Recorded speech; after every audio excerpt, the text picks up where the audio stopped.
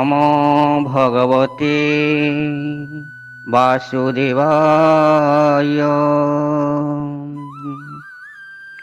जय जगन्नाथ, जय Shri Krishna. प्रवृत्तर YouTube channel को आपण मान को स्वागत करुछे।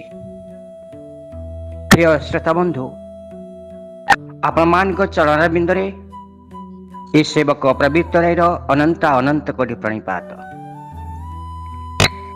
आपण मानकर से आशीर्वाद लगी निश्चिंत भाव मु आपण मानकर प्रिय भाजन हो पारिछि। आज आपण मान को एक सुंदर तथ्य उपस्थापन करी। जो सुंदर तथ्यटी निश्चिंत भाव आपणकर जीवन रे लागिबो। आपण माने निश्चिंत भाव भूल करूछंती जहा अजाणत रे ताहा पुणी निश्चिंत सत्यता को आमे पाई पारुनी। तेबे मु आपण मान को जो कथा कहबी आपण माने निश्चित भाव श्रवण करंतु। मो क्लिप रे शेष पर्यंत आपण माने श्रवण करंतु। निश्चिंत भाव रे मु से सुंदर तथ्यटी आपण को आगरे उपस्थापन करिबी जहा आपण को जीवन को परिवर्तन करे देबो। मु आज गोटे कथा कहबा को जाउची जे आमे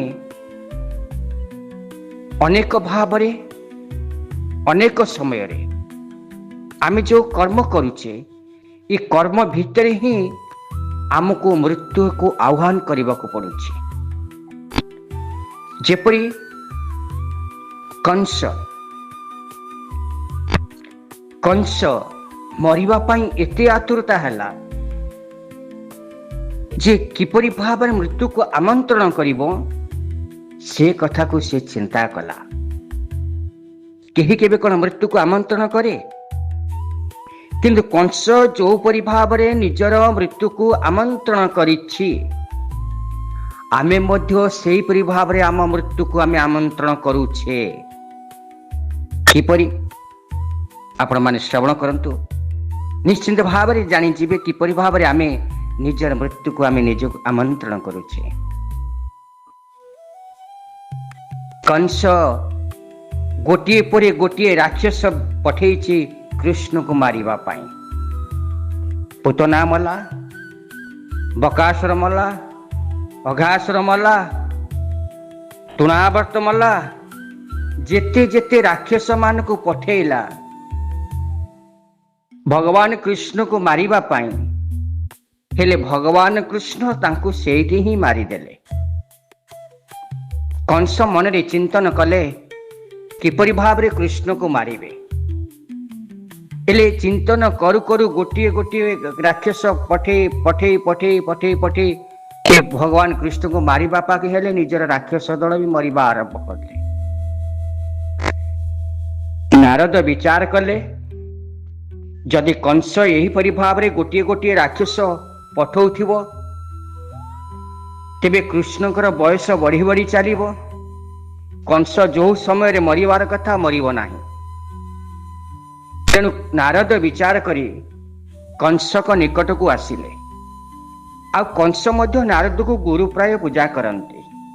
आ नारद जहा कहती नारदଙ୍କ कथा को से भल भाव रे मानती।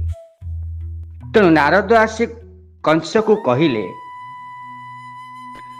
नारद तो कथा को ओलटाइबा बुझाइबा विद्यारे मध्य सिद्धहस्त, किंतु आमे कथा को अकथा कुकथारे रूपांतरित करिबारे मध्य आमे सिद्धहस्त, चुगुली गपिबारे मध्य आमे सिद्धहस्त हेथाउ। तेणु कंस को बुझाइबाक जाई नारद कहिले यारे कंस वसुदेव को तू मारिबा पाई कहूथिलु जे जदि सेते बेले वसुदेव को मारी देई थांतु तेबे आज तोर शत्रु जन्म हेई न थांता। हेले एबे जो तू वसुदेव को मारिबा पाई चिंता करूछु हेले वसुदेव को मारिबा को हेले तोर लाभ किछि हबो नाही, तोते किछि भी मिलिबो नाही। तोर काल तो हेउछन्ति कृष्ण। तू जदि वसुदेवंकर सामान्य मात्र क्षति करू तेबे कृष्ण खबर पाइबा मात्रे तोते सफा करि देबे। तू ताकू मारिबा पाई उपाय चिंता करिबा पूर्व से तोते मारी पकाइबे। ବରଂ ବସୁଦେବଙ୍କୁ ଭଲରେ ରଖିଥିଲେ। ଆଉ ଏ କୃଷ୍ଣ କଥା ଜାଣିଲେ ତୋର ମୃତ୍ୟୁ ଯୋଗକୁ କିଛି ଦିନ ଘୁଞ୍ଚାଇ ଦେଇପାରେ। କଂସ ନାରଦଙ୍କ କଥାର ଗୁରୁତ୍ୱ ବୁଝିଗଲା। ସେ କୃଷ୍ଣଙ୍କୁ ମୃତ୍ୟୁ ମୁଖରେ ପକାଇବା ପାଇଁ ଉପାୟ ଚିନ୍ତା କରିବାରେ ଲାଗିଲା। ଆଉ ବ୍ରାହ୍ମଣ ମାନଙ୍କୁ ମନ୍ତ୍ରୀ ମାନଙ୍କୁ ସଭାରେ ଡକାଇ ତାର ଉପାୟ ଚିନ୍ତା କଲା। ବ୍ରାହ୍ମଣ ମାନେ କଂସକୁ କହିଲେ, ହେ ରାଜନ, ଆପଣ ଧନୁଯଜ୍ଞର ଆୟୋଜନ କରନ୍ତୁ। ଏହି ଯଜ୍ଞରେ ଯଜମାନଙ୍କର ଆୟୁ ବଢ଼େ, ଶତ୍ରୁ ମଧ୍ୟ ନାଶ ହୋଇଯାଏ। କିନ୍ତୁ ଯଦି ଯଜ୍ଞ ଆରମ୍ଭର 5 ଦିନ ଭିତରେ କୌଣସି ବିଘ୍ନ ଘଟେ, ତେବେ ଯଜମାନ ମରିଯାଏ। ଏହି ସମୟରେ କେତେକ ମନ୍ତ୍ର କଂସକୁ କହିଲେ।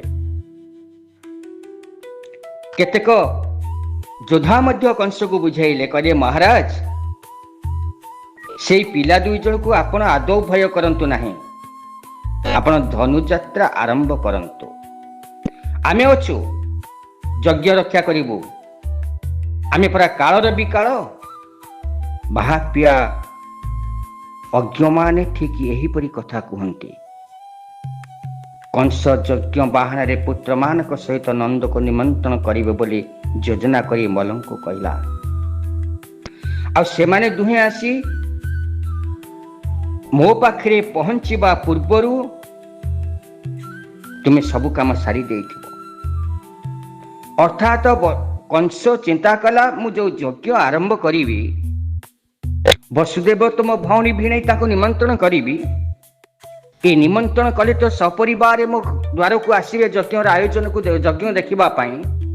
ତା ପୂର୍ବରୁ ମୁଁ ଭଣଜା 2 ଜଣଙ୍କୁ ଯଦି ଆଗୁଆ ନେଇ ଆସେ, ତେବେ ବସୁଦେବ ଦେବକୀ ଆସିବା ପୂର୍ବରୁ ମୁଁ ଏମାନଙ୍କୁ ମାରି ଦେଇଥିବି।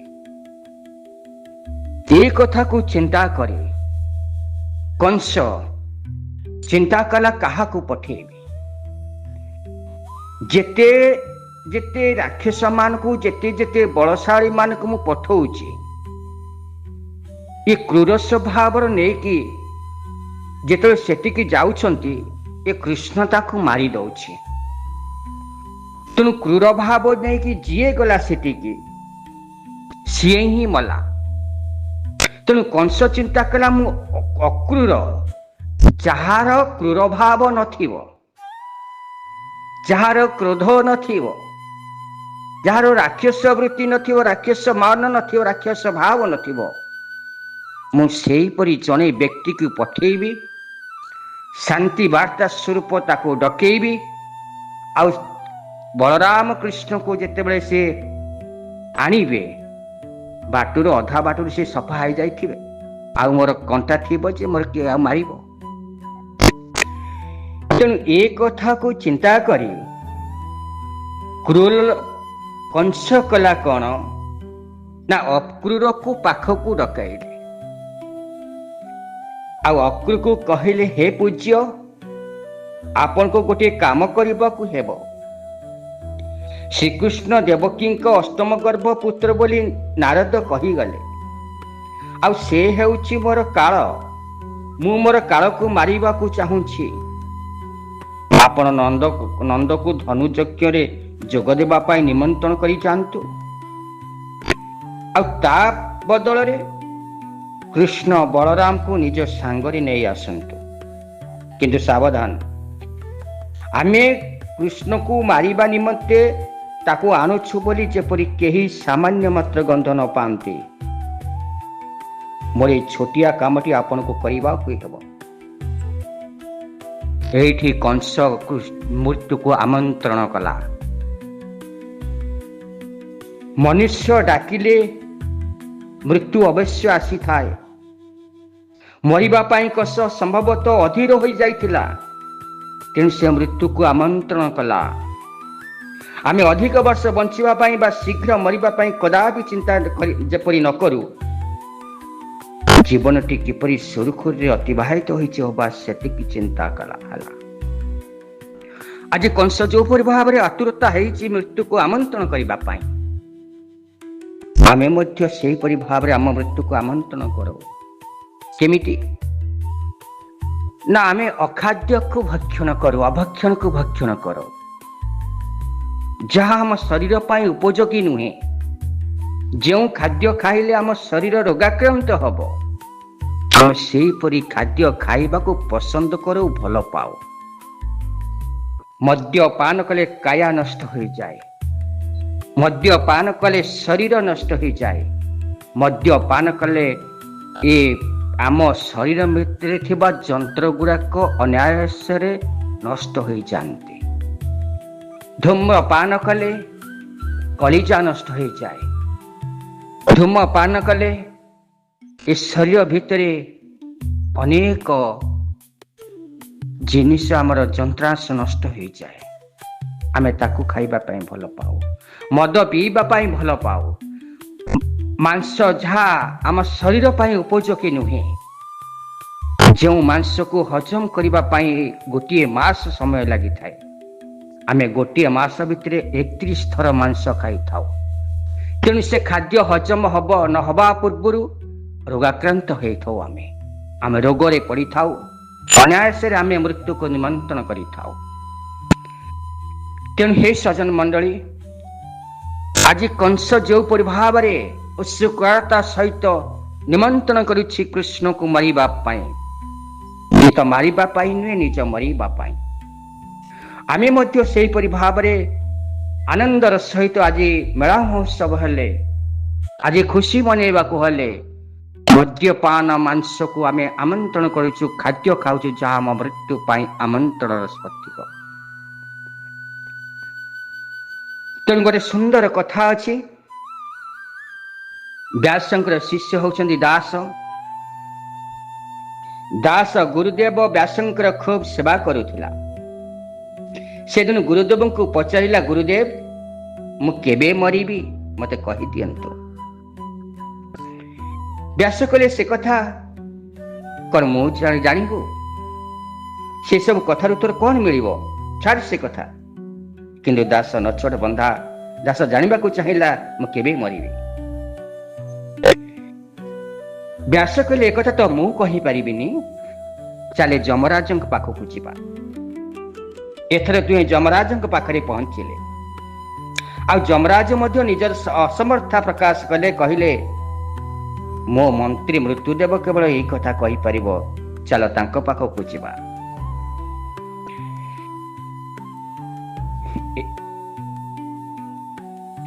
ଏପରି ସ୍ଥିର କରି ବ୍ୟାସଦେବ, ଦାସ ଏବଂ ଯମରାଜ ତିନିହେଁ ମୃତ୍ୟୁଦେବ ପାଖକୁ ଚାଲିଲେ।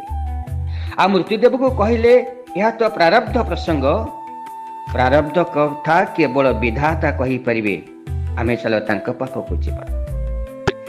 ଏବେ 4 ଜଣ ଯାକ ବିଧାତାଙ୍କ ପାଖକୁ ଗଲେ।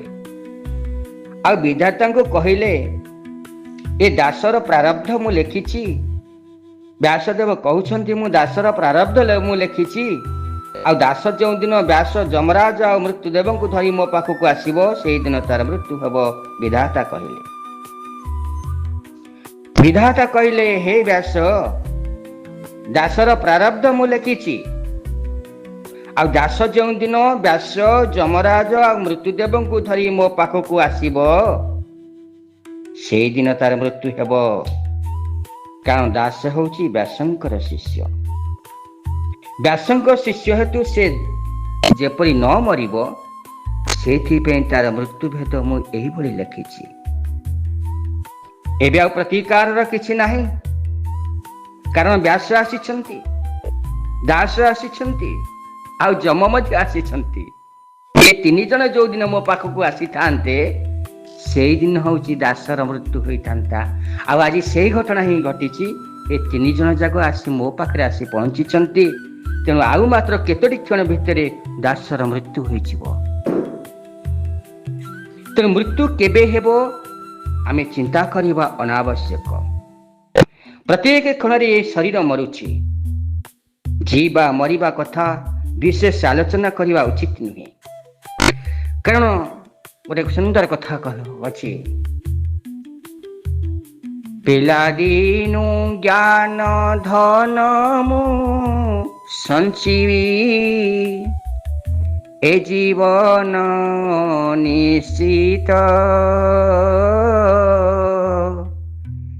କିଏ ବା ଜାଣିଛି କେତେବେଳେ ମୃତ୍ୟୁ ହୋଇଯିବ ଉପଗତ। ତେଣୁ କେତେବେଳେ ମୃତ୍ୟୁ ଆସି କାହା ପାଖରେ କେମିତି ଭାବରେ ପହଞ୍ଚିବ ତାହା କେହି ବି ଜାଣିନାହାନ୍ତି। ଆମେ ଯେତେବେଳେ ଜନ୍ମ ନେଲେ ଆମ ଜନ୍ମ ସାଥିରେ ମୃତ୍ୟୁ ଆମ ସାଥିରେ ହିଁ ଆସିଛି। ସମସ୍ତେ ଆମକୁ ଛାଡ଼ି ଚାଲି ଯାଆନ୍ତି, ସମସ୍ତେ ଆମ ସହିତ ମିଶନ୍ତି, ସମସ୍ତେ ଆମକୁ ଛାଡ଼ି ଚାଲି ଯାଆନ୍ତି, କିନ୍ତୁ ମୃତ୍ୟୁ ଆମ ସାଥିରେ ଆସିଛି। ପ୍ରତି କ୍ଷଣରେ ଅଛି, ପ୍ରତି ମୁହୂର୍ତ୍ତରେ ଅଛି, ପ୍ରତି ସମୟରେ ଅଛି।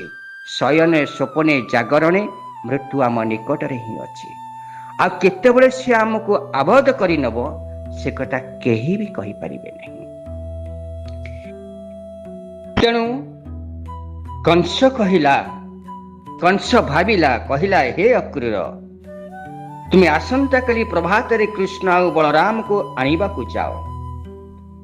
ଏ କଥା କିନ୍ତୁ ଗୁପ୍ତ ରଖିବ। ଗୋକୁଳରେ ଯେପରି କେହି ଏ କଥାକୁ ନ ଜାଣନ୍ତି। ଅକ୍ରୂର ସମ୍ମତି ଜଣାଇଲା। ଅକ୍ରୂର ସମ୍ମତି ଜଣାଇ କହିଲା, ହେ ରାଜନ, ତୁମେ ଯଦି ଆଜ୍ଞା ଦେଉଛ ତେବେ ମୁଁ ଆସନ୍ତାକାଲି ପ୍ରଭାତରେ ନିଶ୍ଚୟ ଗୋକୁଳକୁ ଯିବି। ଆଉ ଅକ୍ରୂର ବି ଚାହୁଁଥିଲା ଦେଶରୁ ଅରାଜକତା ଯେତେ ଶୀଘ୍ର ଲୋପ ପାଇବ ସେତେ ଭଲ। ଗୋଟେ ସୁନ୍ଦର କଥା, ଘର ବେଧୁଆ ନ ପଶିଲେ ଯେମିତି ଚୋରି ହୁଏ ନାହିଁ, ନିଜର ଆତ୍ମୀୟ ସ୍ୱଜନ ଶତ୍ରୁତା ନ କଲେ ଯେମିତି ମୃତ୍ୟୁବରଣ କରେ ନାହିଁ।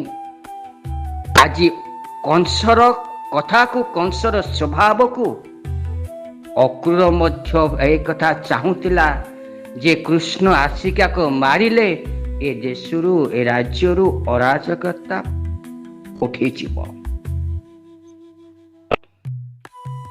ଅକ୍ରୂର ଦରବାରରେ ଅନୁମତି ନେଇ ଘରକୁ ଫେରିଲେ।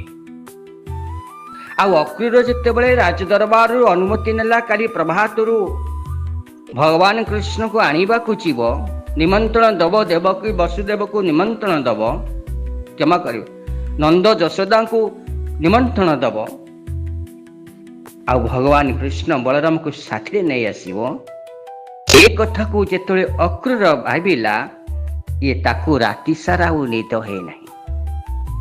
କୃଷ୍ଣଙ୍କ ଦର୍ଶନ ନିମନ୍ତେ ତାର ମନ ବ୍ୟାକୁଳ ହୋଇ ଉଠିଲା। ଆଉ ଏତେ ବ୍ୟାକୁଳ ହେଇଗଲା ଯେ ରାତି ସାରା କେବଳ କୃଷ୍ଣଙ୍କ କଥାକୁ ଚିନ୍ତନ କରି କରି ରାତି ସାରା ନିଦ୍ରା ବି ହେଲା ନାହିଁ। ଆଉ ରାତି ପାହିବା ପୂର୍ବରୁ, ପ୍ରଭାତ ହେବା ପୂର୍ବରୁ ସେ ତାର ସ୍ନାନ ସନ୍ଧ୍ୟାଦି କର୍ମ ସାରି ପକାଇଲା। ଆଉ କଂସର ସୁସଜ୍ଜିତ ସୁବର୍ଣ୍ଣ ରଥ ପହଞ୍ଚିବା କ୍ଷଣି ତହିଁରେ ସେ ସିଧା ସିଧା ଗୋକୁଳକୁ ଚାଲିଲେ। ଆଉ ଅକ୍ରୂର ବାଟ ଯାକ ସେ କେବଳ କୃଷ୍ଣଙ୍କ କଥା ହିଁ ଭାବିବାରେ ଲାଗିଛନ୍ତି। ଆଉ ସେ ଅକ୍ରୂର ମଧ୍ୟ ଜାଣିଛି ଯେ ଶ୍ରୀକୃଷ୍ଣ ହେଉଛନ୍ତି ସ୍ୱୟଂ ଈଶ୍ୱର। ଆଜି ସେ ଭାଗ୍ୟବାନ ବୋଲି ନିଜକୁ ଭଗବାନଙ୍କ ଦର୍ଶନ ଲାଭ କରିବେ। ଆଜି ପୁଣ୍ୟ କେତେ, ଆଜି ଅକ୍ରୂର ଭାବୁଛନ୍ତି ମୁଁ ପୂର୍ବ ଜନ୍ମରେ କେତେ ପୁଣ୍ୟ କରିଥିଲି କେଜାଣି, ଆଜି ପ୍ରଭୁଙ୍କ ଦର୍ଶନ କରିବାକୁ ଯାଉଛି। ଖାଲି ସେତିକି ନୁହେଁ, ପ୍ରଭୁଙ୍କ ଦର୍ଶନ ତ ସମସ୍ତେ କରନ୍ତି, ହେଲେ ପ୍ରଭୁଙ୍କୁ ଆଜି ମୋ ସାଥିରେ ନେଇକି ଆସିବି, ମୋ କଥାରେ ଆଜି ମୋ ପ୍ରଭୁ ଆସିବେ। କୋଟି ବ୍ରହ୍ମାଣ୍ଡର ଠାକୁର, ଅନନ୍ତ କୋଟି ବ୍ରହ୍ମାଣ୍ଡର ବିଶ୍ୱକର୍ତ୍ତା, ବ୍ରହ୍ମାଣ୍ଡ ମାଳ ମାଳ ହୋଇ ଜାଲମ କୂପେ ବିରାଜୋଇ, ଗୋବିନ୍ଦ ଗୋବିନ୍ଦ ଗୋବିନ୍ଦ ପଦୁ ଗଳୁଛି ମକରନ୍ଦ। ବୋଲିଏ ବାଳକୃଷ୍ଣ ଭଗବାନ କି। ଅକ୍ରୂର ଆଖିରୁ ଧାର ଧାର ଲୁହ ଗଡ଼ି ଯାଉଛି। ପ୍ରଭୁ କେତେ କୃପା ମୋ ଉପରେ ଆଜି କରିଛନ୍ତି, ପୂର୍ବ ଜନ୍ମରେ ମୁଁ କେତେ ସୁକୃତ କରିଥିଲି କେଜାଣି, ଆଜି ମୁଁ ଆପଣଙ୍କ ଅଙ୍ଗ ସଙ୍ଗ ଲାଭ କରିବାକୁ ଯାଉଛି। ए अनंत कोटी ब्रह्मांड को जे धारण करिसेंती ब्रह्मांड माଳ माଳ होई जालमକୁ ପି ବିରାଜ ହୋଇ ଏ ମାଳ ମାଳ ବ୍ରହ୍ମାଣ୍ଡ ଜାଲମକୁ ପରି ବିରାଜମାନ କରିଛନ୍ତି ତାଙ୍କୁ ଆଜି ମୋ ରଥରେ ମୁଁ ବାହିକି ଆଣିବି। ଏତେ ବଡ଼ ଭାଗ୍ୟ କାହା ସୌଭାଗ୍ୟ କାହା ଭାଗ୍ୟରେ ଅଛି? ଭାବ ବିହଳ ଅଶ୍ରୁ ତାଙ୍କ ଚକ୍ଷୁରୁ ନିଗିରି ଯାଉଛି। ଆଉ ସେ ମନେ ମନେ କହିଉଛନ୍ତି ମୁଁ ମହାପାପୀ, ଏ ଅଧମ ଅପାତ୍ର ପ୍ରଭୁ ଆପଣଙ୍କ ଶରଣ ନିମନ୍ତେ ଏତେ ଦିନ ପରେ ସୁଯୋଗ ପାଇଛି। ହେ ପ୍ରଭୁ, ମୋତେ ଶରଣ ପ୍ରଦାନ କରି ମୋର ଜନ୍ମ ସଫଳ କରନ୍ତୁ। ପ୍ରଭୁ, ମୋତେ ଉଦ୍ଧାର କରନ୍ତୁ। ଏ ଚର୍ମ ଚକ୍ଷୁରେ ଆପଣଙ୍କୁ ଦର୍ଶନ କରିବି, ଆପଣଙ୍କ ଅଙ୍ଗସଙ୍ଗ ପ୍ରାପ୍ତ ହେବି, ଆପଣଙ୍କୁ ମୁଁ ପ୍ରଣାମ କରିବି। ସତରେ କେତେ ବଡ଼ ଭାଗ୍ୟ ମୋର। ହେ କଂସ, ତୁମେ ମୋ ପାଇଁ ଭଗବାନ, ତୁମେ ମୋ ଜୀବନର ଦେବତା। କାରଣ ତୁମେ ଯଦି ମୋତେ ଆଦେଶ ନ ଦେଇଥାନ୍ତ, ତୁମେ ଯଦି ମୋତେ ଆଜି ଭଗବାନ କୃଷ୍ଣଙ୍କୁ ଆଣିବାକୁ ପଠେଇ ନଥାନ୍ତ, ସତରେ କଣ ଏତେ ବଡ଼ ସୌଭାଗ୍ୟର ଭାଗିଦାରୀ ମୁଁ ହେଇପାରିଥାନ୍ତି? ଆଜି ପ୍ରଭୁଙ୍କ ପାଖକୁ ମୁଁ ଯିବି, ପ୍ରଭୁଙ୍କର ଅଙ୍ଗସଙ୍ଗ ଲାଭ କରିବି। ହେ ପ୍ରଭୁ, ସତରେ ମୁଁ କେତେ ବଡ଼ ଭାଗ୍ୟବାନ। ହେ ଶ୍ରୋତା ବନ୍ଧୁ, ଆମେ ଅକ୍ରୂରଙ୍କ ଭଳି ସବୁବେଳେ ଭଗବାନଙ୍କୁ ଚିନ୍ତା କରୁଥିବା ଆବଶ୍ୟକ। ପ୍ରତ୍ୟେକ ସମୟରେ ପ୍ରତ୍ୟେକ କ୍ଷେତ୍ରରେ ଆମେ ଶ୍ରୀକୃଷ୍ଣଙ୍କୁ ଧ୍ୟାନ କରୁଥିବା ଆବଶ୍ୟକ, ସ୍ମରଣ କରୁଥିବା ଆବଶ୍ୟକ। ଆଜିକାଲି କିନ୍ତୁ ଲୋକମାନେ ସବୁବେଳେ ଅନ୍ୟ ଲୋକଙ୍କ ବେଶ ପୋଷାକ, ଗାଡ଼ି ମୋଟର, ଦୋକାନ ଆଦି ଦେଖିବାକୁ ଚାହାନ୍ତି, ଆଉ ସେଇ ସବୁ କଥା ଭାବୁଥାନ୍ତି। ଆଉ ଏପରି ଚିନ୍ତା ଭାବନାରେ କୌଣସି ଲାଭ ନଥାଏ ଶ୍ରୋତା ବନ୍ଧୁ। ଅମକେଇ ଲୋକ ଏତେ ବଖରା କୋଠା ତୋଳିଛି, ଅମକେଇ ଲୋକ ଏତେ ବଡ଼ ଆପାର୍ଟମେଣ୍ଟ କରିଛି, ଅମକେଇ ଲୋକର ଅଡ଼ି ଗାଡ଼ି ଅଛି, ଅମକେଇ ଲୋକ ଏତେ ଭଲରେ ଚଳୁଛି, ଦାମୀ ପୋଷାକ ପିନ୍ଧୁଛି। ମୁଁ ଟିକେ କେମିତି ସେମିତି ଦାମୀ ପୋଷାକ ପିନ୍ଧନ୍ତି, ମୁଁ ଟିକେ ସେଇ ଭଲ ଗାଡ଼ିରେ ଚଢ଼ନ୍ତି, ମୁଁ ସେମିତି ରାଜଉଆସରେ ରହନ୍ତି। ତେଣୁ ଏ ଚିନ୍ତନ କଲେ ସୁଖ ନାହିଁ ଆଜ୍ଞା। ପୁନରାୟ ଏଇ ପାପ ଜନ୍ମରେ ଜନ୍ମ ହେବାକୁ ପଡ଼ିବ କର୍ମଭୂମିରେ। କାହିଁକି ନା ଏସବୁ କ୍ଷଣିକ ମାତ୍ର ଲୌକିକ ସମ୍ପତ୍ତି। ଦୈବିକ ସମ୍ପତ୍ତିକୁ ଯଦି ଭାବ କରିବାକୁ ଥାଅ, ଶାନ୍ତି ମୁକ୍ତି ପ୍ରାପ୍ତ ହେବାକୁ ଚାହୁଁଥାଅ, ତେବେ ଭଗବାନ କୃଷ୍ଣ ବା ହରିଙ୍କୁ ସବୁଦିନେ ମନ ମଧ୍ୟରେ ଚିନ୍ତନ କରୁଥାଅ, ମନ ମଧ୍ୟରେ ଦର୍ଶନ କରୁଥାଅ, ମନ ମଧ୍ୟରେ ସ୍ଥାନ ଦେଉଥାଅ। ନିଶ୍ଚିନ୍ତ ଭାବରେ ପ୍ରଭୁ ତୁମ କୃପା କରି ତୁମକୁ ଉଦ୍ଧାର କରିବେ। ତେଣୁ ଯିଏ ଭଗବାନଙ୍କର କଥା ଶୁଣେ, ଭଗବାନ କେବଳ ତାର କଥା ହିଁ ଶୁଣନ୍ତି। ମାର୍ଗରେ ଯାଉଥିବା ସମୟରେ ଅକ୍ରୂର କେବଳ ଭଗବାନଙ୍କ କଥା ହିଁ ସ୍ମରଣ କରୁଥାନ୍ତି ଓ ନିଜର ଭାଗ୍ୟ ଦୟ ହେଲା ବୋଲି ଅନୁଭବ କରି ସତ୍ୟ ପୁଲକିତ ହୋଇଯାଇଥାନ୍ତି। ଆଉ ସେ ମନେ ମନେ ନିଜକୁ କହିଉଥାନ୍ତି, ମୋ ଭଳି କାମକୁ କଣ ଭଗବାନ ସତରେ ଦର୍ଶନ ଦେବେ? କିନ୍ତୁ କୃଷ୍ଣଙ୍କ ମୋ ପ୍ରତି ମୂଳରୁ ଦୟା ଅଛି। ତେଣୁ ସୌଭାଗ୍ୟକ୍ରମେ କଂସ ମତେ ହିଁ ତାଙ୍କୁ ଆମନ୍ତ୍ରଣ କରିବାକୁ ପଠାଇଛି। ଯଦି ତାର ଡାକରା ନଥାଏ, ତାର ଇଚ୍ଛା ନଥାଏ, ତୁମେ ଯେତେ ପ୍ରସ୍ତୁତ ହେଇଥାଅ, ବରଂ ଗାଡ଼ି ପ୍ରସ୍ତୁତ ହେଇଥିବ, ଟଙ୍କା ପଇସା ପ୍ରସ୍ତୁତ ହେଇଥିବ, ଲୋକ ସହ ପ୍ରସ୍ତୁତ ହେଇଥିବ, ଯଦି ତାର ଡାକରା ନ ଆସିଛି, ତାର ଇଚ୍ଛା ନ ହେଇଛି, ତମେ ତା ପାଖକୁ ଯାଇ ପାରିବ ନାହିଁ। ଆଉ ସିଏ ଯେତେବେଳେ ଡାକିବ, ତୁମେ ପ୍ରସ୍ତୁତ ଥାଅ ବା ନଥାଅ, ତୁମ ପାଖରେ ଅର୍ଥ ଥାଉ ବା ନଥାଉ, ତୁମ ପାଖରେ ଗାଡ଼ି ଥାଉ ବା ନଥାଉ, ତୁମେ ଯେମିତି ଯୋଉ ଉପାୟରେ ହିଁ ତା ପାଖରେ ଯାଇ ପହଞ୍ଚିବ। ତେଣୁ ତା ଡାକରା ବିନା ତୁମେ କଦାପି ଯାଇପାରିବ ନାହିଁ। ଆଜି ଅକ୍ରୂର ସେଇ କଥା ହିଁ କହୁଛନ୍ତି ଯେ ପ୍ରଭୁ ନିଶ୍ଚିନ୍ତ ଭାବରେ ମୋତେ ଡାକେଇଛନ୍ତି, ପ୍ରଭୁଙ୍କ କୃପା ମୋ ଉପରେ ହେଇଛି, ଯୋଉଥିପାଇଁ ମୁଁ ତାଙ୍କ ପାଖକୁ ଯାଉଛି। ଆଉ ଏ କଥା ମଧ୍ୟ ଅକ୍ରୂର ବାଟରେ ଭାବି ଭାବି ଯାଉଛନ୍ତି। ଅକ୍ରୂର କହୁଛନ୍ତି, ସୌଭାଗ୍ୟକ୍ରମେ କଂସ ମତେ ହିଁ ତାଙ୍କୁ ଆମନ୍ତ୍ରଣ କରି ଆଣିବାକୁ ପଠେଇଛି। ଭାବୁଛି ଗୋକୁଳରେ ପହଞ୍ଚୁ ପହଞ୍ଚୁ ସନ୍ଧ୍ୟା ହୋଇଯାଇଥିବ। ଆଉ କୃଷ୍ଣ ବଳରାମ ଗୋ ସେବା କରୁଥିବେ। ଗୋଧୂଳି ସମୟ ହେଇଥିବ, ଭଗବାନ କୃଷ୍ଣ ବଳରାମ ଗୋମାତା ମାନଙ୍କ ସହିତ ଥିବେ। ଆଉ ସେଇଠାରେ ତାଙ୍କର ଆଦ୍ୟ ଦର୍ଶନ ପାଇବେ। ସେ ଅନ୍ୟ ଗୋପାଳଙ୍କ ସହିତ ମିଶିଥିବେ। ଆଉ ପହଞ୍ଚିବା କ୍ଷଣି ପ୍ରଥମେ ବଳରାମଙ୍କର ବନ୍ଦନା କରିବେ, କାରଣ ବଳରାମ ହେଉଛନ୍ତି ବଡ଼। ତାପରେ କୃଷ୍ଣକୁ କହିବେ, ପ୍ରଭୁ ହଜାର ହଜାର ବର୍ଷର ବିଚ୍ଛେଦ ପରି ଏ ଜୀବ ଆପଣଙ୍କର ଦର୍ଶନ ପାଇ କୃତାର୍ଥ ହେଇଛି। ହେ ନାଥ, ଏବେ ଆପଣ ଶରଣ ଦେବା ହୁଅନ୍ତୁ। ଥରେ ମୋତେ ନିଜର କରିନିଅନ୍ତୁ। ଥରେ ମାତ୍ର ପ୍ରଭୁ କହିଦିଅନ୍ତୁ, ତୁମେ ମୋର ମୁଁ ତୁମର ବୋଲି। ମୋ ଭଗବାନଙ୍କ ଦୃଷ୍ଟିରୁ ପ୍ରେମର ଧାରା ହିଁ ତ ଦୃଷ୍ଟି ହୋଇଥାଏ।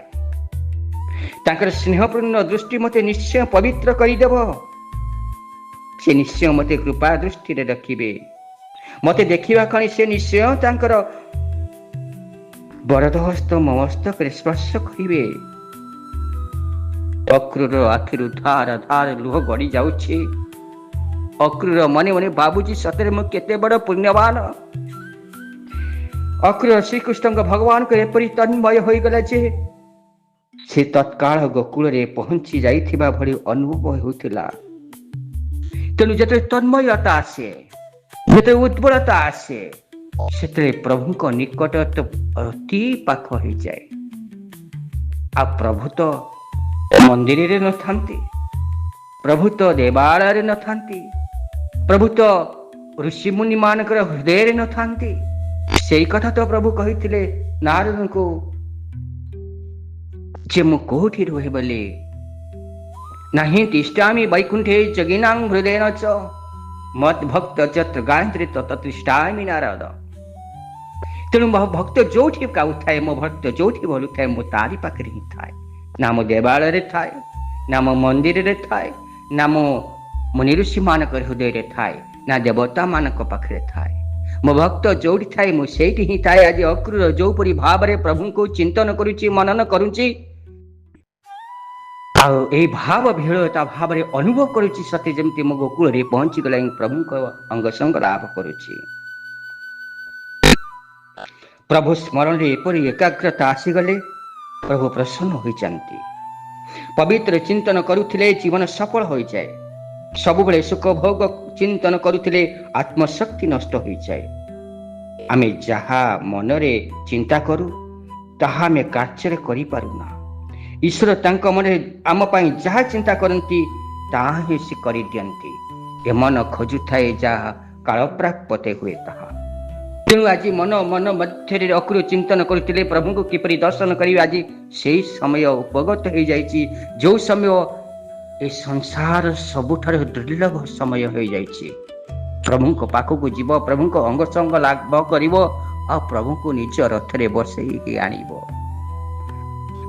ଆତ୍ମାରେ ଯେଉଁ ଶକ୍ତି ଥାଏ ତାହା ହେଉଛି ପରମାତ୍ମାଙ୍କର।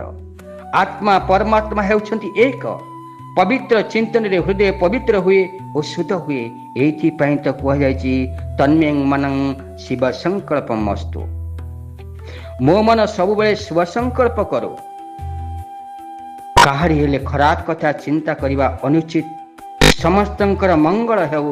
ସର୍ବେ ଭବନ୍ତୁ ସୁଖିନଃ, ସର୍ବେ ସନ୍ତୁ ନିରାମୟ, ସର୍ବେ ଭଦ୍ରାଣୀ ପଶ୍ୟନ୍ତୁ ମା କଶ୍ଚିତ୍ ଭାବ ଭବେତ୍। ସମସ୍ତେ ସୁଖରେ ରୁହନ୍ତୁ, ସମସ୍ତେ ନିରୋଗ ରୁହନ୍ତୁ। ଏହା ମୋର ସଂକଳ୍ପ ନୁହଁ, ଏହା ସମସ୍ତଙ୍କର ସଂକଳ୍ପ ହେଉ। ଭଗବାନ ଅକ୍ରୁଙ୍କର ସମସ୍ତ ଶୁଭ ସଂକଳ୍ପ ପୂରଣ କରିଥିଲେ। ଭଗବାନ ସମସ୍ତଙ୍କର ଶୁଭ ଚିନ୍ତକ, ଭଗବାନ ସମସ୍ତଙ୍କର ଶୁଭ ବିଚାରକ ସଂକଳ୍ପ ପୂରଣ କରିଥାନ୍ତି। ଅକ୍ରୁର ଭାବୁଥାନ୍ତି, କହ୍ନେଇ ମତେ ଆଉ ନାଁ ଧରି ଡାକିବ କି? ମୁଁ ତ ଅଧମ ପାପୀ, ପୁଣି ବୟୋବୃଦ୍ଧ ହୋଇଯାଇଛି। ମୁଁ ପୁଣି ବସୁଦେବର ଦଦେଇ ପୁଅ ଭାଇ। ମତେ କହ୍ନେଇ ଆଉ ଦାଦା ବୋଲି ଡାକିବ କି? ସେ ମତେ ଭୁଲରେ ବି ଯଦି ଦାଦା ବୋଲି ଡାକନ୍ତି ତେବେ ତ ମୋ ଜନ୍ମ ସଫଳ ହୋଇଯାଆନ୍ତା। କାରଣ ପ୍ରଭୁଙ୍କ ସହିତ ଗୋଟେ ପାରିବାରିକ ସମ୍ପର୍କ ମୋର ହେଇଯାଆନ୍ତା। ଆଉ ଯଦି ମୋ ନାଁ ଧରି ଡାକନ୍ତି ତେବେ ଭକ୍ତ ଆଉ ଭଗବାନଙ୍କର ସମ୍ପର୍କ ହେଇଯିବ। ଆଉ ତାଠାରୁ ବଡ଼ ଯଦି ମୋତେ ଦଦେଇ ବୋଲି ଡାକି ଦିଅନ୍ତି, ତେବେ ଆମ ଭିତରେ ଗୋଟେ ପାରିବାରିକ ସମ୍ପର୍କ ହେଇଯିବ, ମୋର ଅଧିକାର ହେଇଯିବ ତାଙ୍କ ଉପରେ, ସେ ମୁଁ ଗୋଟେ ତାଙ୍କର ଦାଦା ହେବି, ସେ ମୋର ପୁତୁରା। ତେଣୁ ଈଶ୍ୱରଙ୍କ ସହିତ କିଛି ନା କିଛି ସମ୍ପର୍କ ଯୋଡ଼ିବାକୁ ହିଁ ପଡ଼ିବ। ଆମେ ଘରେ ବା ମନ୍ଦିରରେ ହଉ ବା ଘରେ ଆମେ ଯେଉଁ ଭଗବାନଙ୍କର ପ୍ରତିମା ରଖି ପୂଜା କରୁଛୁ, ଆମେ ଯଦି ତାଙ୍କୁ ଆମ ପରିବାରର ଜଣେ ସଦସ୍ୟ ଭାବରେ ନେବା, ଆମେ ଗାଧେଇଲେ ତାଙ୍କୁ ଗାଧେଇ ଦେବା, ଆମେ ଖାଇଲେ ତାଙ୍କୁ ଖାଇବାକୁ ଦେବା, ଆମ ପରିବାରର ସମସ୍ୟା ସମ୍ପର୍କରେ କଥୋପକଥନ ହେଉଥିଲେ ତାଙ୍କୁ ସେଥିରେ ଭାଗିଦାର କରିବା, ଆମେ କୁଆଡ଼େ ଗଲେ ତାଙ୍କୁ କହିକି ଯିବା, ଆମେ ଆସିଲେ ତାଙ୍କୁ କହିବା ମୁଁ ଆସିଲି ବୋଲି। ତେଣୁ ପାରିବାରିକ ସମ୍ପର୍କ ଭିତରେ ଯଦି ନିଜର ପରିବାର ସମ୍ପର୍କ ତାଙ୍କ ସହିତ ଯୋଡ଼ି ଦେଇଥାଅ, ତେବେ ପ୍ରଭୁ ନିଶ୍ଚିନ୍ତ ଭାବରେ ତୁମର ପରିବାରର ଜଣେ ସଦସ୍ୟ ହେଇଯିବେ। ଆଉ ସିଏ କହିବାର ଅଧିକାର ରହିବ, ରହିବାର ଅଧିକାର ରହିବ, କରିବାର ଅଧିକାର ମଧ୍ୟ ରହିବ। ତେଣୁ ଏ ଭାବ ଯଦି ଭକ୍ତ ମନରେ ଆସିଯାଏ, ତେବେ ପ୍ରଭୁଙ୍କୁ ପାଇବା ନିଶ୍ଚିନ୍ତ ଭାବରେ ସହଜ ସାଧ୍ୟ ହୋଇଯାଇଥାଏ। ତେଣୁ ଗୋଟେ କଥା ଅଛି, ବୃନ୍ଦାବନରେ ଜଣେ ମହାତ୍ମା ରହୁଥିଲେ, ସେ ଥିଲେ ନିସନ୍ତାନ। ଆଉ ସେ ଜାଣନ୍ତି ଯେ ପର୍ଯ୍ୟନ୍ତ ଯୋଗାଭ୍ୟାସ ଥାଏ ସେ ପର୍ଯ୍ୟନ୍ତ ମନ ସ୍ଥିର ହୋଇଥାଏ। ପ୍ରାଣାୟାମ ବନ୍ଦ ହେବା କ୍ଷଣି ମନ ପୁଣି ଇତସ୍ତତ ବୁଲିବାରେ, ଡିଆଁ କୁଦା ମାରିବାରେ ଲାଗେ। ସେ ସଂସାରରୁ ଏକ ପ୍ରକାର ଭୁଲି ଯାଇଥିଲେ, ଆଉ ବାଳକୃଷ୍ଣଙ୍କୁ କହ୍ନେଇଙ୍କୁ ନିଜର ପୁଅ କରିଦେଇଥିଲେ। ଆଉ ସେ ନିଜକୁ ନିଜେ ନନ୍ଦ ବୋଲି ଭାବୁଥିଲେ ଓ କହ୍ନେଇଙ୍କର ଏକ କଣ୍ଢେଇ ମୂର୍ତ୍ତିକୁ ସବୁବେଳେ ପାଖରେ ରଖି ପୂଜା କରୁଥିଲେ। କ୍ଷଣକ ପାଇଁ ସୁଦ୍ଧା ପାଖ ଛଡ଼ା କରୁନଥିଲେ। ଆଉ ସେଇ କଣ୍ଢେଇକୁ କୋଳରେ ଧରି ଖେଳାଉଥିଲେ, ଖୋଇ ଦେଉଥିଲେ, ପେଇ ଦେଉଥିଲେ, ପାଖରେ ମଧ୍ୟ ଶୁଆଉଥିଲେ। କହ୍ନେଇ ତାଙ୍କର ଦାଢ଼ି ଟାଣୁଛି, କହ୍ନେଇ ଦୁଷ୍ଟାମି କରୁଛି, ଏହିପରି ବାତ୍ସଲ୍ୟ ଭାବରେ ମହାତ୍ମା କହ୍ନେଇଙ୍କୁ ଭକ୍ତି ଭାବରେ ରଖିଥିଲେ। ସଂସାରକୁ ଭୁଲିଲେ ପ୍ରଭୁ ଆପଣାର କରିଥାନ୍ତି। ଜଗତ ବିଷୟରେ ବିସ୍ମରଣ ଭାବ ଆସିଗଲେ ପ୍ରଭୁ ସ୍ମରଣ ଚିନ୍ତନରେ ଦୃଢ଼ତା ଆସିଥାଏ। ସଂସାର ସୁଖ ବି ଦିଏ ଆଉ ଦୁଃଖ ବି ଦିଏ। ମହାତ୍ମା ପରମାତ୍ମାଙ୍କ ସହିତ ପିତା ପୁତ୍ର ସମ୍ପର୍କ ଭାବରେ ଧୀରେ ଧୀରେ ଏପରି ତନ୍ମୟ ହୋଇଗଲେ ଯେ ସଂସାର ସମ୍ପୂର୍ଣ୍ଣ ବିସ୍ମରଣ ହୋଇଗଲା। ମା ଭଳି ସେ କହ୍ନେଇଙ୍କ ଲାଳନ ପାଳନ କରିବାରେ ଲାଗିଲେ। ପରମାତ୍ମାଙ୍କର ଅପୂର୍ବ ଲୀଳା। କହ୍ନେଇ ମଧ୍ୟ ମହାତ୍ମାଙ୍କ ମନକୁ ତଲ୍ଲୀନ କରିଦେଇଥାନ୍ତି। ପରମାତ୍ମାକୁ ମନ ଦେଇଦେଲେ ସେ ପ୍ରସନ୍ନ ହୋଇଯାଆନ୍ତି। ତେଣୁ ତୁମେ ଦେଖିଅ, ପ୍ରଭୁଙ୍କୁ ତୁମେ ମନ ଦେଇଦିଅ, ନିଜକୁ ସମର୍ପିତ କରିଦେଇଥାଅ। ଦେଖ, ତୁମକୁ କିଛି କରିବାକୁ ପଡ଼ିବ ନାହିଁ, କରିବାର କଥା ତ ସିଏ କରିବ। ଦିନକର କଥା, ଦିନେ ସେଇ ମହାତ୍ମା ଯିଏ ବାଳଗୋପାଳଙ୍କୁ ନିଜର ପୁତ୍ର ଭସମ ଦେଇକି ଲାଳନ ପାଳନ କରୁଥିଲେ ପ୍ରତିମାକୁ ଧରି, ଦିନେ ଗଙ୍ଗା ସ୍ନାନ କରିବାକୁ ବାହାରିଛନ୍ତି। ଏହି ସମୟରେ ତାଙ୍କୁ ଜଣାଗଲା ସତେ ଯେପରି କହ୍ନେଇ ତାଙ୍କୁ କହୁଛି, ବାପା ମତେ ଏକାକୀ ଛାଡ଼ି କୁଆଡ଼େ ଯାଉଛ? ମତେ ସାଥିରେ ନେଇକି ଯାଅ। ମହାତ୍ମା ତା କଥାରେ ଆଉ ବାହାରକୁ ବି ଯାଇପାରୁନଥାନ୍ତି। ମହାତ୍ମା କହ୍ନେଇର ଏପରି ମାନସୀ ହେବା କରୁ କରୁ ଦିନେ ମରିଗଲେ। ଆଉ ଶିଷ୍ୟମାନେ ସବୁକୁ ସଂସ୍କାର ନିମନ୍ତେ ନେଉଥିଲେ। ଆଉ ସେମାନେ ଦାହ ସଂସ୍କାର ଆୟୋଜନ କରୁଛନ୍ତି। ଏହିପରି ସମୟରେ 7 ବର୍ଷର ବାଳକଟେ କେଉଁଠାରୁ ହାତରେ ଗଙ୍ଗାଜଳ ଧରି ଶବ ପାଖରେ ପହଞ୍ଚିଗଲା। ଆଉ କହିଲା, ହେ ମହାତ୍ମା ଗଣ, ମୁଁ ୟାଙ୍କର ପୁଅ। ପିତାଙ୍କର ଅଗ୍ନି ସଂସ୍କାର ଦାୟିତ୍ୱ ଅଧିକାର କେବଳ ପୁଅର ହିଁ ଥାଏ। ତୁମେମାନେ ଆଡ଼େଇ ଯାଅ, ମୁଁ ପିତାଙ୍କର ଗଙ୍ଗା ସ୍ନାନ କରିବି, ଗଙ୍ଗାଜଳ ଧାରଣ କରିବି। 7 ବର୍ଷର ବାଳକର ଅପୂର୍ବ ରୂପକାନ୍ତି ଦେଖିବା କ୍ଷଣି ଶିଷ୍ୟମାନେ ସ୍ୱତଃ ଆଡ଼େଇ ଗଲେ। କ୍ଷଣିକ ପାଇଁ ସେମାନେ ଭୁଲିଗଲେ ଯେ ସେମାନଙ୍କର ଗୁରୁଦେବ ଥିଲେ ବ୍ରହ୍ମଚାରୀ ଓ ନିସନ୍ତାନ। ଗୁରୁଙ୍କର କେହି ସନ୍ତାନ ନଥିଲେ, ନିସନ୍ତାନ ଥିଲେ ଗୁରୁ। କିନ୍ତୁ ଏ ସମୟରେ ସେମାନେ ଭୁଲିଗଲେ ଯେ ପୁଅ ଆସିଲା କୋଉଠୁ, ଆଉ ସେମାନେ ଭାବି ନେଲେ ଯେ ପୁଅ ତାଙ୍କର ମୁଖାଗ୍ନି ଦେବ। ବାଳକ ପିତାଙ୍କର ସ୍ନାନ ସାରି ଅଗ୍ନି ସଂସାର ଧରି ଧୀରେ ଧୀରେ ଚାଲିଗଲା, ଆଉ ଅଳ୍ପ ସମୟ ପରେ ଅଦୃଶ୍ୟ ମଧ୍ୟ ହେଇଗଲା। ଏଥିରେ ଶିଷ୍ୟମାନେ ପ୍ରକୃଷ୍ଠିତ ହୋଇଗଲେ। ମହାତ୍ମା ନିଃସନ୍ତାନ ଥିବା ବେଳେ ସେମାନଙ୍କର ମନେ ପଡ଼ିଗଲା ସ୍ୱୟଂ ଭଗବାନ ଆସି ସାଧୁଙ୍କର ଅନ୍ତ୍ୟେଷ୍ଟି କ୍ରିୟା କରିଗଲେ ବୋଲି ସେମାନେ ହୃଦୟଙ୍ଗମ କଲେ, ଆଉ ମହାତ୍ମାଙ୍କ ଇଚ୍ଛା ପୂର୍ତ୍ତି ମୋତେ ପ୍ରଣାମ ଜଣାଇଲେ। ଦେଖ, ପ୍ରଭୁଙ୍କୁ ଯଦି ତୁମେ ନିଜର କରିଥିବ, ପ୍ରଭୁଙ୍କୁ ଯଦି ତୁମେ ଭାବନାରେ ରଖିଥିବ, ପ୍ରଭୁଙ୍କୁ ତୁମେ ଯେଉଁପରି ଭାବରେ ଦେଖିଥିବ, ପ୍ରଭୁ ତୁମକୁ ସେହିପରି ଭାବରେ ଦର୍ଶନ ଦେବେ। ପୁତ୍ର ସମ କଲେ ପୁତ୍ର ପରି ସହାୟ ହେବେ, ପିତା ସମ କଲେ ପିତା ପରି ତୁମକୁ ଲାଳନ ପାଳନ କରିବେ। ଯେଉଁପରି ଭାବରେ ଯେମିତି ଭାବରେ ଭାବନ୍ତୁ ନା କାହିଁକି ପ୍ରଭୁଙ୍କୁ, ପ୍ରଭୁ ସେମିତି ସେହିପରି ଭାବରେ ତୁମକୁ ଦର୍ଶନ ଦେବେ। ଯେଉଁପରି ସ୍ଥାନରେ ଯେମିତି ଭାବରେ ତୁମେ ଦେଖ, ଯେମିତି ଯେଉଁଠି ଯେଉଁ ସ୍ଥାନରେ ପ୍ରଭୁଙ୍କୁ ଦର୍ଶନ କରିବା ପାଇଁ ଚିନ୍ତା କର, ପ୍ରଭୁ ସେଠି ସେମିତି ସେହିପରି ଭାବରେ ଦର୍ଶନ ଦେବେ। ସେଦିନ ପ୍ରହ୍ଲାଦ କଥା ଚିନ୍ତା କରନ୍ତୁ। ପ୍ରହ୍ଲାଦ କଥା ଚିନ୍ତା କରନ୍ତୁ। ପ୍ରହ୍ଲାଦ କହିଲା, ମୋ ପ୍ରଭୁ ଶିଳାରେ ଅଛନ୍ତି ମାନେ ପ୍ରଭୁ ଶିଳାରେ ବାହାରିବା ପାଇଁ ବାଧ୍ୟ ହେଲେ। ନୃସିଂହ ଅବତାର ଧାରଣ କଲେ। କାହିଁକି ନା ଭକ୍ତ କହିଛି ମାନେ ଭକ୍ତର ମାନ ରଖିବା ପାଇଁ ପ୍ରଭୁ ସେଇ ଅବତାର ନେବେ। ଭକ୍ତ କହିଛି ମାନେ ପ୍ରଭୁ ସେଇଠି ବାହାରିବେ। ଭକ୍ତ କହିଛି ମାନେ ପ୍ରଭୁ କରିବାକୁ ବାଧ୍ୟ ହେବେ।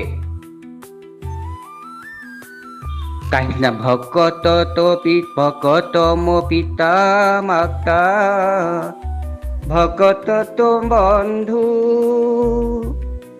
ଭକତ ତ ପିତା ମାତା, ଭକତ ତ ବନ୍ଧୁ, ଭକତ ନିମନ୍ତେ ତୋର ନାମ କୃପା ସିନ୍ଧୁ, ନାମ କୃପା ସିନ୍ଧୁ। ତେଣୁ ପ୍ରଭୁଙ୍କର ଭକ୍ତ ପାଇଁ ହିଁ ଜନ୍ମ, ଭକ୍ତ ପାଇଁ ହିଁ ଅବତରିତ ହୁଅନ୍ତି ସଂସାରରେ। ତେଣୁ ଭକ୍ତ ବିନା ତାଙ୍କୁ କିଛି ଭଲ ଲାଗେ ନାହିଁ। ଏପରିକି ସୁଦାମାକୁ ଯେତେବେଳେ ସେ ଦାନ ଦଉଥିଲେ, ମା ମହାଲକ୍ଷ୍ମୀ ମଧ୍ୟ ବିକି ଦେବା ପାଇଁ ସେ ପଛେଇ ନଥିଲେ, ଏତେ ଭକ୍ତ ପ୍ରିୟ ମୋ ପ୍ରଭୁ। ତେଣୁ ଜୀବ କୃଷ୍ଣଙ୍କୁ ଯେଉଁ ଭାବରେ ଯେଉଁ ରୂପରେ ସ୍ମରଣ କରେ, ଶ୍ରୀକୃଷ୍ଣ ସେହି ପ୍ରକାରେ ତା ପାଖକୁ ଆସନ୍ତି। ଇଏ ଯଥା ମାଂ ପ୍ରପଦ୍ୟନ୍ତେ ତତୈବଂ ଭଜାମ୍ୟହଂ। ଯାହାର ଯେଉଁପରି ଭାବନା ତାର ସେହିପରି ସିଦ୍ଧି। ଯାଦୃଶୀ ଭାବନା ଯସ୍ୟଂ ସିଦ୍ଧି ଭର୍ବତି ତାଦୃଶୀ। ଭଗବାନ କୁହନ୍ତି, ତୁ ଯେମିତି ଭାବରେ ମୋତେ ଇଚ୍ଛା କରିବୁ ମୁଁ ସେମିତି ଭଜନ କରିବୁ, କିନ୍ତୁ ମୁଁ ତୋତେ ସେହିପରି ଭାବରେ ସେଇଠି ସେମିତି ହିଁ ଦର୍ଶନ ଦେବି। ମନ୍ମନାଂ ଭବଂ ମଦ୍ଭକ୍ତୋ ମଦ୍ଯାଜି ମାଂ ନମସ୍କୁରୁ, ମାମେ ବୈଶ୍ୟସି ଯୁକ୍ତ ବୟତ୍ମାତ୍ମନଂ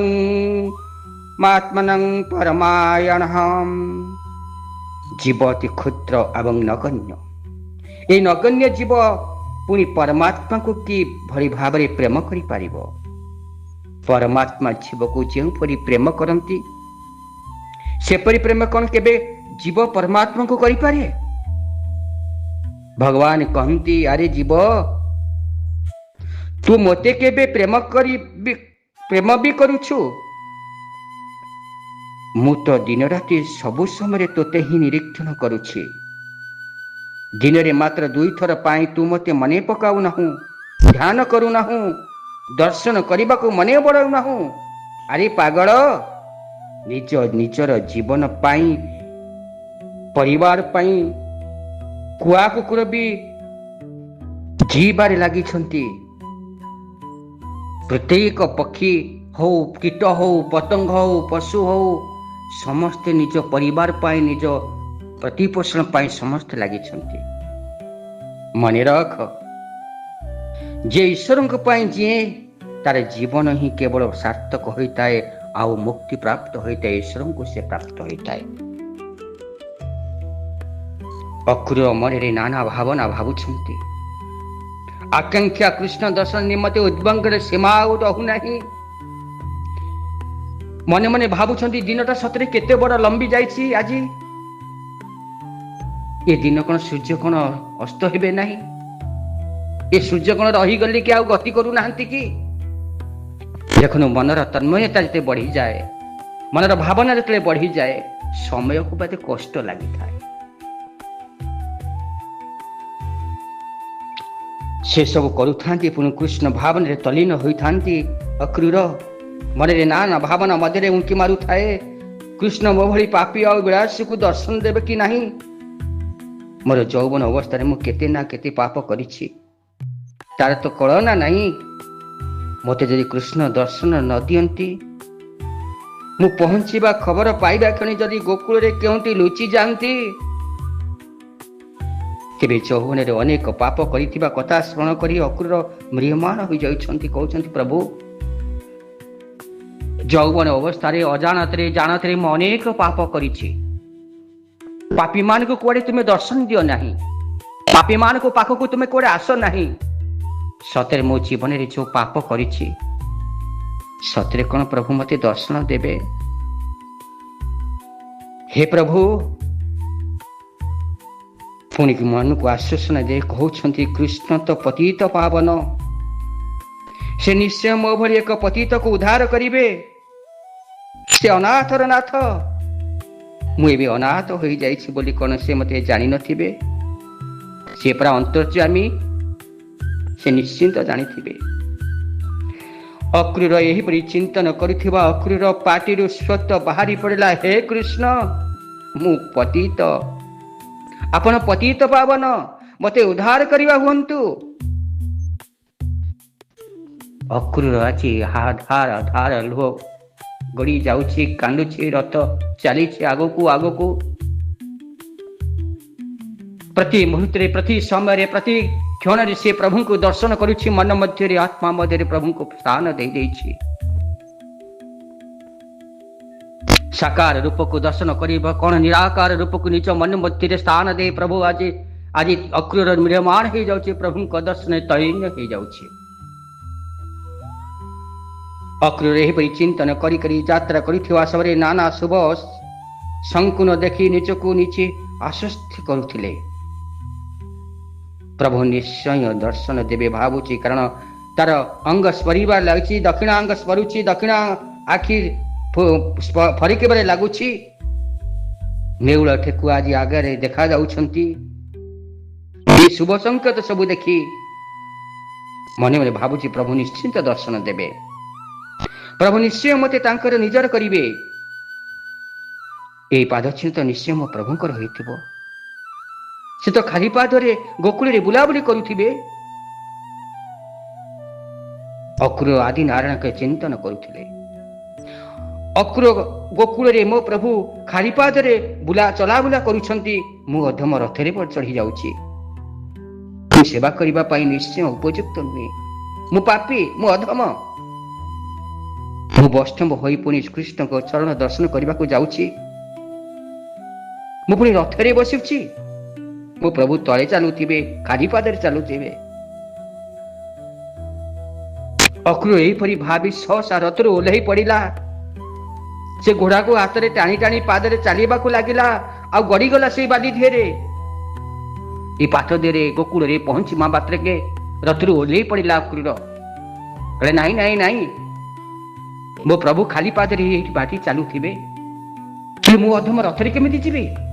ଓହ୍ଲାଇ ପଡ଼ିଲା ରଥରୁ, ଗଡ଼ିଗଲା ସେ ବାଲି ଧିଏରେ। ବାଲି ଆଣି ମଥାରେ ବୋଲିଦେଲା, ତୁଣ୍ଡରେ ଟିକେ ଦେଇଦେଲା, ଆଉ ଘୋଡ଼ାକୁ ଧରି ରଥକୁ ଚଲେଇବାକୁ ଲାଗିଲା।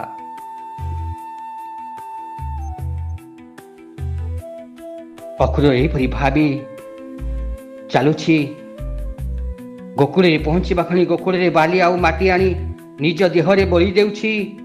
ବ୍ରଜନଗର ମହିମା ମହାତ୍ମା ବହୁତ, କାରଣ ପ୍ରଭୁଙ୍କ ପାଦ ସାନ୍ନିଧ୍ୟ ଏହା ପାଉଛି।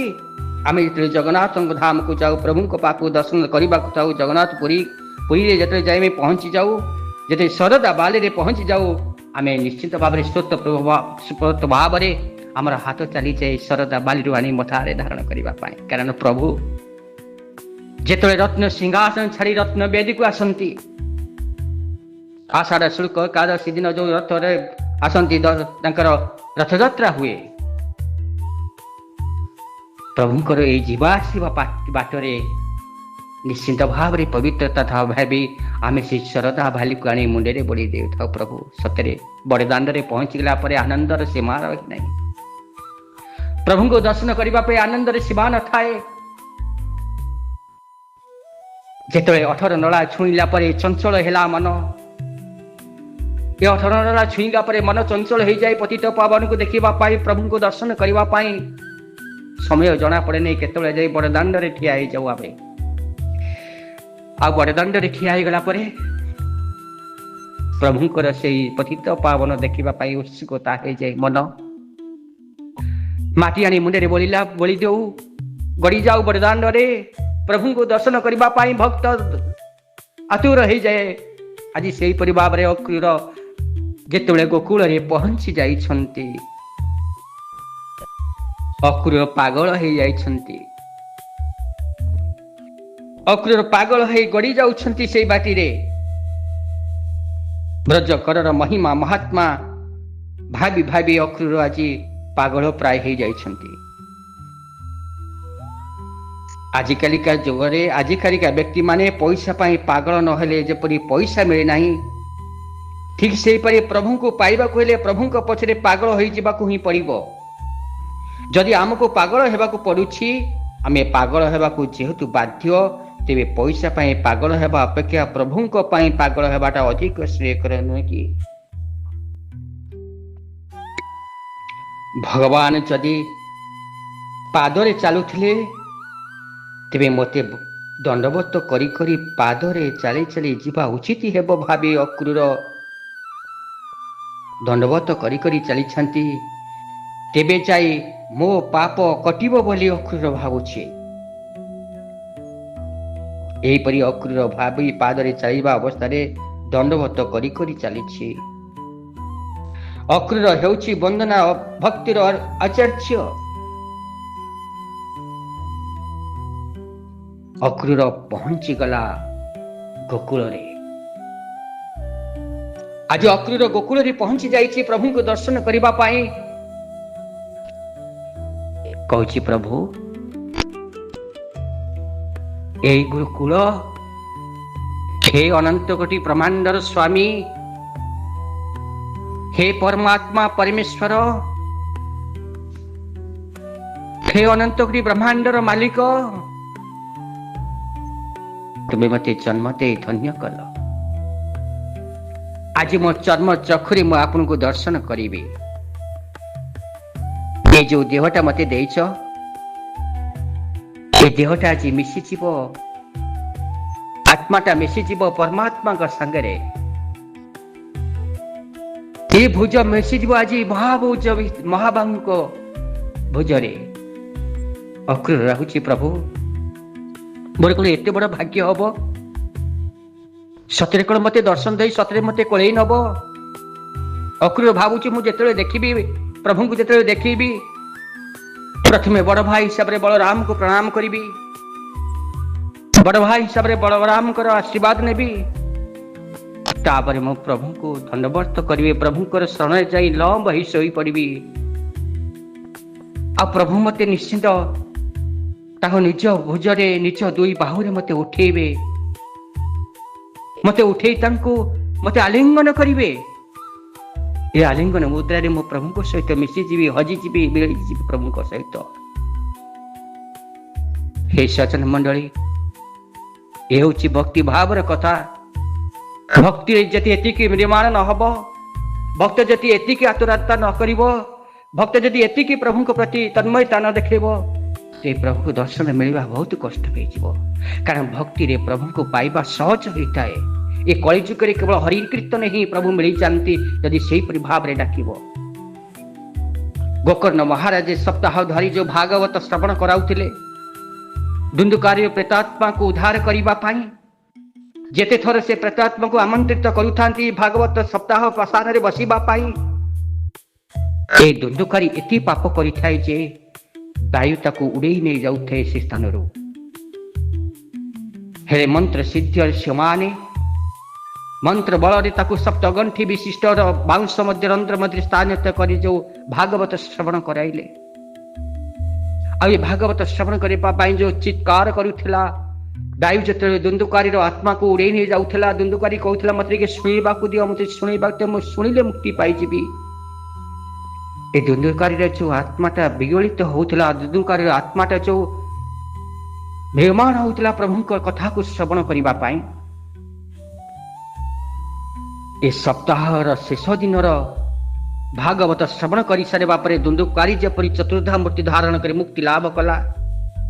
आ गोकर्ण महाराज से समय देवदूत मान को से प्रश्न करते तुम्हें तो मो भाईर आत्माटा को नहीं जीव पुण्यात्मा करी तो भागवत समस्ते शुणुले समस्ते कहीं पुण्यात्मा न हे समस्ते कहीं स्वर्ग को न जीवे आ समस्त विमान कहीं आसना। देवदूत माने से उत्तर देते हे गोकर्ण महाराज भागवत ये श्रवण करोले तुम श्रवण तो समस्ते करुले हेले कहारी मनरे तन्मयता नथिला कहारे मनरे आबिलता नथिला कहारी मनते प्रेमभाव नथिला कहारी मनरे सेपरी भाव नथिला रे प्रभु को दर्शन करिबा पई प्रभु को कथा को श्रवण करिबा पई जहाँ दुंदुकारी भावुला जहाँ दुंदुकारी मनरे थिला तेणु दुंदुकारी मुक्ति प्राप्त हला दुंदुकारी चतुर्धा मूर्ति धारण कर ता पई विमान आसला। तेणु अक्रूर आज जो परी भाव में मन मध्य प्रभु को दर्शन करुच्ची अंतर मध्य प्रभु को दर्शन करुच्ची हृदय सहित हृदय को मिलवाई जो आकांक्षा रखी प्रभु तो निश्चय मिले। तेणु आमको से सर्वसुख सर्वसंपत्ति को प्राप्त हवा को हेले आमको से प्रभु सानिध्य प्राप्त हवा को हेले आमको अक्रूर हवा को पड़ो क्रूर भाव को त्याग कर अक्रूर हो प्रभुंकर सेवा कले प्रभुंकर चिंतन कले ये संसार निश्चिंत भाव में सुखमय और शांतिमय हम एवं प्रभुंकर सानिध्य प्राप्त हवा। तेज आसतु अक्रूर तो जाई पहुंची जाइछन्ति गोकुल रे प्रभुंकर दर्शन करवा आमे भी अक्रूर सहित प्रभुंकर दर्शन करवा हेले आज पाई एतिकी पुणी आसंता काली बा आसंता क्लिप रे मु आपण मान को पुणी से अक्रूर कथा कहिबी अक्रूर किपरि भाव में प्रभु को दर्शन कले अक्रूर किपरि भाव में प्रभुंकर सानिध्य प्राप्त हेबे किपरि भाव में तांकर मिलन हब आसंता अध्याय रे आपण मान सहित साक्षात हब। तेबे हे श्रोता बंधु जदि मो कथा आपण मान को भल लगी थाए आपण मान को जीवन में परिवर्तन करिवार कथा किछि म आपण मान को कहि थाए तेबे निश्चिंत भाव में आपण मान कमेंट करिवे शेयर करिवे एवं सब्सक्राइब करने को भूलिबे नहीं। तेबे आसंतु पुणी अपेक्षा करिबा आसंता अध्याय को। सर्वे बोलन्तु हरि हरि हरि करिबे भवु पारी हरि जे मलय पवन काष्ठ को करन्ति चंदन बोलिए भागवत भगवान की। सर्वे भवन्तु सुखिनः सर्वे सन्तु निरामयाः सर्वे भद्राणि पश्यन्तु मा कश्चित् दुःखः भवेत्। ओम शान्तिः ओम शान्तिः ओम शान्तिः।